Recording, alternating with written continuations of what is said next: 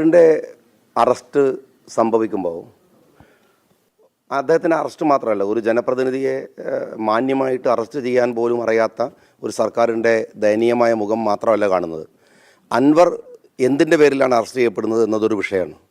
കേരളത്തിലെ അതീവ ന്യൂനപക്ഷമായ ഒരു ചോലനായ്ക്ക സമുദായത്തിൽപ്പെട്ട ഒരാൾ ആന ചവിട്ടി കൊല്ലപ്പെടുകയാണ് ഇന്നലെ. അതിൻ്റെ സീനൊക്കെ അൻവറിൻ്റെ അറസ്റ്റ് കൊണ്ടും മാഞ്ഞു പോകാൻ പാടില്ലാത്തതാണ്. നാട്ടിലാണെങ്കിൽ CPM കൊല്ലും, കാട്ടിലേക്ക് കയറിയാൽ ആനയും കൊല്ലും എന്നുള്ള സ്ഥിതിയാണ്. അത് രണ്ടിലും ആളുകൾക്ക് രക്ഷയില്ലാത്ത അവസ്ഥയാണ് യഥാർത്ഥത്തിലുള്ളത്. ഈ കാട്ടിൽ താമസിക്കുന്ന നമ്മൾ ഒരു പൗരാവകാശവും വേണ്ടത്ര ലഭ്യമല്ലാത്ത ഒരു പാവം സമുദായത്തിൽപ്പെട്ട ഒരാൾ മരിക്കുമ്പോൾ അവിടുത്തെ ജനപ്രതിനിധിയായ ഒരാൾ അങ്ങനെ നിശബ്ദനായിരിക്കുക എന്ന് പറയുന്നത് ഒരു സാമാന്യ രീതിയോ സാമാന്യ മര്യാദയോ അല്ല. അതുകൊണ്ട് തന്നെ അദ്ദേഹത്തിൻ്റെ ഒരു പ്രതികരണം ഉണ്ടായി. ആ പ്രതികരണത്തിൽ അദ്ദേഹത്തിൻ്റെ കൂടെ ഉണ്ടായിരുന്ന ആളുകൾ പ്രതിഷേധിച്ചപ്പോൾ സംഭവിച്ച ഒരു കേസിൻ്റെ പേരിലാണ് ഇന്നലെ രാത്രിയിൽ വന്ന് അൻവറിനെ വലിയ പോലീസ് സന്നാഹത്തോടു കൂടി അറസ്റ്റ് ചെയ്യുന്നത്.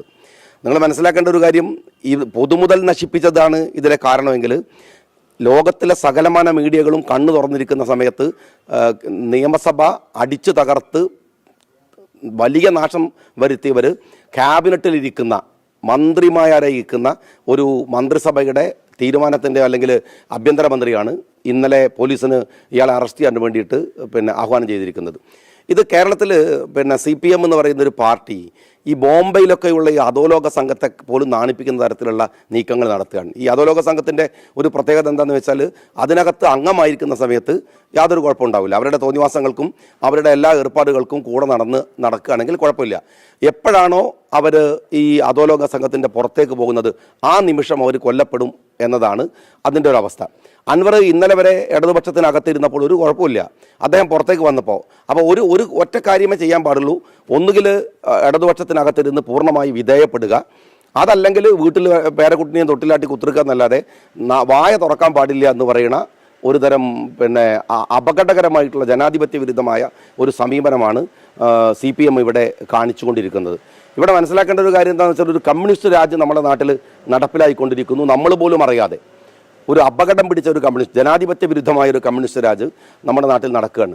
ഒരു ഇടതുപക്ഷ സർക്കാരിൽ നിന്ന് ഒരിക്കലും പ്രതീക്ഷിക്കാൻ പാടില്ലാത്ത ഗുരുതരമായിട്ടുള്ള ഒരു നടപടിയായിട്ടാണ് ഇന്നലത്തെ അറസ്റ്റിനെ കാണേണ്ടത്. എൻ്റെ അഭിപ്രായത്തിൽ അറസ്റ്റോടൊപ്പം തന്നെ ചർച്ച ചെയ്യേണ്ട വിഷയമാണ് ആ ചോലനായ്ക്ക സമുദായത്തിൽപ്പെട്ട അതീവ ന്യൂനപക്ഷമായ ഒരു സാധുവിൻ്റെ മരണം കൂടെ. കേരളത്തിലെ ഈ മലയോര കർഷകരുടെ, തൊഴിലാളികളുടെ അല്ലെങ്കിൽ ഈ കർഷക സമൂഹത്തിൻ്റെ ഏറ്റവും രൂക്ഷമായ ഒരു പ്രശ്നത്തിൻ്റെ പേരിലാണ് അൻവർ അറസ്റ്റ് ചെയ്യപ്പെട്ടത് എന്നത് മറ്റേത് കാരണത്താൽ കൂടും അദ്ദേഹത്തിൻ്റെ ഈ അറസ്റ്റിനെ എതിർക്കാനുള്ള അദ്ദേഹത്തിൻ്റെ നിലപാടിൻ്റെ കൂടെ നിൽക്കാനുള്ള ഒരു കാരണമായിട്ടാണ് ഞങ്ങൾ മനസ്സിലാക്കുന്നത്. അൻവർ ഉയർത്തിയ ഇഷ്യൂവിൻ്റെ കൂടെ ചെയ്തുകൊണ്ട് അൻവറിന് ലഭ്യമാകേണ്ടുന്ന എല്ലാ ജനാധിപത്യ അവകാശങ്ങളുടെ കൂടെയും മുസ്ലിം ലീഗ് പാർട്ടിയുണ്ട്. അൻവർ കഴിഞ്ഞ കുറച്ച് ദിവസമായി ഈ വന്യമൃഗ ശല്യത്തിനെതിരെയൊക്കെ ഒരു പ്രതിഷേധവും സമര പരിപാടികളൊക്കെ നടത്തുന്നുണ്ട്. അപ്പോൾ അതിന് തുടർ പിന്തുണ ഉണ്ടാവും? അല്ലെ, അൻവർ നടത്തുന്ന സമരത്തിൻ്റെ രാഷ്ട്രീയത്തെക്കുറിച്ചല്ല ഞാൻ പറയുന്നത്. ഇന്നലെ മരിച്ചുപോയ ഒരു മനുഷ്യൻ്റെ അല്ലെങ്കിൽ ആ സമൂഹത്തിൻ്റെ, ആ സമുദായത്തിൻ്റെ ഒരു അവകാശത്തെക്കുറിച്ചാണ്. നിങ്ങൾ ആലോചിച്ച് നോക്കൂ, എന്തുകൊണ്ടാണ് ഇന്നലെ എനിക്ക് അൻവർ അറസ്റ്റ് ചെയ്യപ്പെടുമ്പോൾ ഞാൻ ആലോചിക്കുന്നത് ആ മരിച്ചുപോയ മനുഷ്യനെക്കുറിച്ചാണ്. കാരണം അദ്ദേഹത്തെക്കുറിച്ച് സംസാരിക്കാൻ നമ്മുടെ നാട്ടിൽ അതിനുവേണ്ടി സംസാരിക്കുന്നവൻ കുറ്റവാളിയാവുന്നു എന്നതാണ് അൻവറിനെ അറസ്റ്റ് ചെയ്യുമ്പോൾ ഉണ്ടാകുന്ന പ്രശ്നം. സംസാരിക്കുന്നവൻ ആലോചിച്ച് നോക്കൂ നിങ്ങൾ. എത്ര SFIക്കാർ ഈ PDPP ആക്ട് അനുസരിച്ചിട്ട് അവരുടെ വീടുകളിൽ സ്വസ്ഥമായി കിടന്നുറങ്ങുന്നുണ്ട്? എത്ര രാഷ്ട്രീയക്കാർ കിടന്നുറങ്ങുന്നുണ്ട്? ഞാനൊരു വിക്ടിം എന്നുള്ള നിലക്ക് എനിക്ക് നന്നായിട്ട് അറിയാം. സർക്കാർ വേട്ടയാടുന്നതിൻ്റെ ഏറ്റവും വൃത്തികെട്ട ഒരു ജനാധിപത്യപരമായ അവകാശങ്ങൾ നമ്മളൊക്കെ പൊതുസമൂഹത്തിൽ മുമ്പിൽ നിൽക്കുന്നവർക്കെങ്കിലും മിനിമം അവകാശപ്പെട്ടതാണ്. മിനിമം എല്ലാവർക്കും അത് ആവശ്യമാണ്, അവകാശമാണ്. പക്ഷേ എന്നാലൊരു ജനപ്രതിനിധിയൊക്കെ ആകുമ്പോൾ അവർക്ക് കൊടുക്കേണ്ടുന്ന ഒരു ജനാധിപത്യ അവകാശമുണ്ട്. അതുപോലും പാലിക്കാത്ത ഇത്ര വൃത്തികെട്ട, ഇത്ര പ്രതികാര ഭ്രാന്തുള്ള ഒരു സർക്കാരിനെ കേരളത്തിലെ ജനാധിപത്യ വിശ്വാസികൾ ഇന്നുവരെ കണ്ടിട്ടുണ്ടാവില്ല. അതുകൊണ്ട് അൻവർ ഉയർത്തുന്ന പ്രശ്നങ്ങളുടെ ആ പ്രശ്നത്തെയാണ് ഞാൻ പറയുന്നത്. അൻവർ ഇന്നലെ അദ്ദേഹം നടത്തിയ സമരം എത്രമാത്രം പ്രാധാന്യമുള്ളതാണോ അതൊക്കെ വേറെ വിഷയമാണ്. അത് കേരളത്തിലെ ഈ കുടിയേറ്റ കർഷകരുടെ ഒക്കെ ഇടയിൽ നടക്കുന്ന സമരങ്ങൾ ഒരുപാട് ന്യായങ്ങളുള്ള പ്രശ്നങ്ങളുണ്ട്. അതേത് രാഷ്ട്രീയ പാർട്ടി ഉയർത്തിയാലും കൊടി മാറുന്നത് കൊണ്ട് അതിന് പ്രാധാന്യം ഇല്ലാതാവുന്നില്ല. പക്ഷേ ഇന്നലെ അൻവറിൻ്റെ അറസ്റ്റിന് കാരണമാകുന്ന വിഷയം ഞാൻ വീണ്ടും പറയുകയാണ്. സ്വന്തം മണ്ഡലത്തിലെ അതീവ ന്യൂനപക്ഷമായ സമുദായത്തിൽപ്പെട്ട ഒരു പാവം മനുഷ്യൻ്റെ തൻ്റെ മകനെ ഹോസ്റ്റലിൽ കൊണ്ടുപോകാൻ വേണ്ടിയിട്ട് തിരിച്ചു മടങ്ങുമ്പോൾ അവരുടെയൊക്കെ പ്രതീക്ഷ എന്താണ്, സ്വപ്നം എന്താണ്? എത്ര ചെറിയ സ്വപ്നങ്ങളുമായിട്ട് ജീവിക്കുന്നവരാണ് അവർ കൊല്ലപ്പെടുമ്പോൾ അവിടുത്തെ ഒരു നിയമസഭാ സാമാജികൻ മിണ്ടാതിരിക്കണോ? അദ്ദേഹം ഒരു പ്രതിഷേധത്തിൻ്റെ മുമ്പിൽ നിൽക്കാൻ പാടില്ലേ? ഇതൊക്കെ വളരെ യാദൃശ്ചികമായി സംഭവിച്ച ഒരു സംഭവമാണ്. അവിടുത്തെ ആളുകൾ ഇടിച്ചു കയറി ഓഫീസിലേക്കൊക്കെ കയറുന്നത്. പക്ഷേ ആസൂത്രിതമായിട്ടൊരു നിയമസഭ തകർത്തിട്ട് ആ നിയമസഭ എൻ്റെയൊക്കെ തലൻ്റെ മുകളിലൂടെയാണ് ഇന്നത്തെ വിദ്യാഭ്യാസ മന്ത്രി സഞ്ചരിച്ചു പോയത്. ഞങ്ങളൊക്കെ നിൽക്കുമ്പോൾ ഞാൻ അന്ന് നിയമസഭയിൽ അങ്ങാണ്. പച്ച തോന്നിവാസം പരസ്യമായിട്ട് നിയമസഭയിൽ കാണിച്ച ആൾ ക്യാബിനറ്റ് മന്ത്രിയായിരിക്കുക. എന്നിട്ട് കൂട്ടത്തിലുള്ള ആളുകൾ പോയാൽ നട്ടപ്പാതിര അൻവറിനെ വിളിച്ചാൽ അൻവർ പോവില്ല. അൻവർ ഒളിച്ചോടുവോ? അയാളൊരു MLA അല്ലേ? അയാൾ അങ്ങനെ ഒളിച്ചോടിയിട്ടില്ലല്ലോ.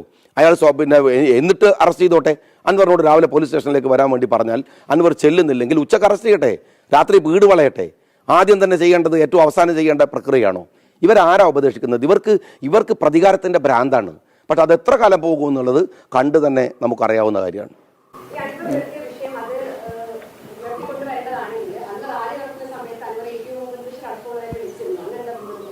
അല്ല, പിന്തുണക്കാത്ത പ്രശ്നമൊന്നുമല്ലല്ലോ. അതിപ്പോൾ ഒരു ഇഷ്യൂസ് വിളിക്കുമ്പോൾ അതിൻ്റെ പല കാരണങ്ങൾ ഉണ്ടാവും. ഫലസ്തീൻ ഇഷ്യൂ വന്നിട്ട് CPM വിളിച്ചാൽ ഞങ്ങൾ പോയിട്ടുണ്ടാവും. ഫലസ്തീൻ ഇഷ്യൂ മോശമാണ് അതിനർത്ഥം? അതൊക്കെ ചില പൊളിറ്റിക്കൽ ഇഷ്യൂസുകൾ ഉണ്ടാവും. അതൊന്നും രാഷ്ട്രീയമായിട്ട് വിലയിരുത്തപ്പെടേണ്ടതും ഇന്നലെ നടന്ന മരണവും മരണത്തോടനുബന്ധമായിട്ട് അൻവർ നടത്തിയിട്ടുള്ള സമരവും ആ ഗണത്തിൽപ്പെടുത്താവുന്നതല്ല. അല്ല, ഞാൻ ചോദിക്കുന്നത് വീണ്ടും പറയണു, അൻവറിൻ്റെ രാഷ്ട്രീയ മാറ്റങ്ങളെക്കാൾ പ്രധാനപ്പെട്ട ഒരു കാര്യം അൻവർ ഉയർത്തിയ രാഷ്ട്രീയത്തോട് കേരളത്തിൻ്റെ ഭരണകൂടം ചെയ്തിട്ടുള്ള തോന്നിവാസമാണ്.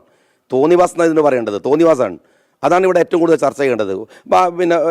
കേരള രാഷ്ട്രീയത്തിൽ ഇനി അൻവറിൻ്റെ പൊളിറ്റിക്സ് എന്താവും, അതിനോട് UDF എങ്ങനെ പ്രതികരിക്കും എന്നുള്ളതൊന്നും ഈ സമയത്ത് ചർച്ച ചെയ്യേണ്ട വിഷയമായിട്ട് എനിക്ക് തോന്നിയിട്ടില്ല. സമരം ഏറ്റെടുത്ത് മുമ്പോട്ട് പോകുന്നു എന്നല്ല ഞാൻ പറയുന്നത്. അത് അൻവർ ചെയ്യേണ്ട കാര്യമാണ്.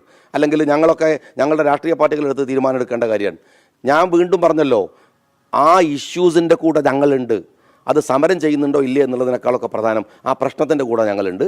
അൻവറിനെ അറസ്റ്റ് ചെയ്ത സർക്കാരിൻ്റെ ഏറ്റവും പ്രാകൃതമായ, വീണ്ടും ഞാൻ പറയുന്നത്, ഒരു ജനപ്രതിനിധി അറസ്റ്റ് ചെയ്യേണ്ട സാമാന്യ മര്യാദ പോലും അറിയാത്ത ഒരു തനി പ്രതികാര ഭ്രാന്ത് മൂത്ത ഒരു സർക്കാരാണ് കേരളത്തിലുള്ളത്. അതിനെതിരെ ഞങ്ങളുടെ കടുത്ത പ്രതിഷേധമുണ്ട്. ഈ വിഷയത്തിലുള്ള അൻവറിന്റെ നിയമ പോരാട്ടത്തിന് ലീഗിന്റെ പിന്തുണ ഉണ്ടാവും. അൻവറിൻ്റെ ഈ വിഷയത്തിലുള്ള പോരാട്ടങ്ങൾക്ക് ഞങ്ങളുടെ മാനസികമായ പിന്തുണയുണ്ട്. ഒരു പൊളിറ്റിക്കലി ഞങ്ങൾ എങ്ങനെയാണ് പ്രതികരിക്കേണ്ടതെന്ന് പാർട്ടിയാണ് പറയേണ്ടത്.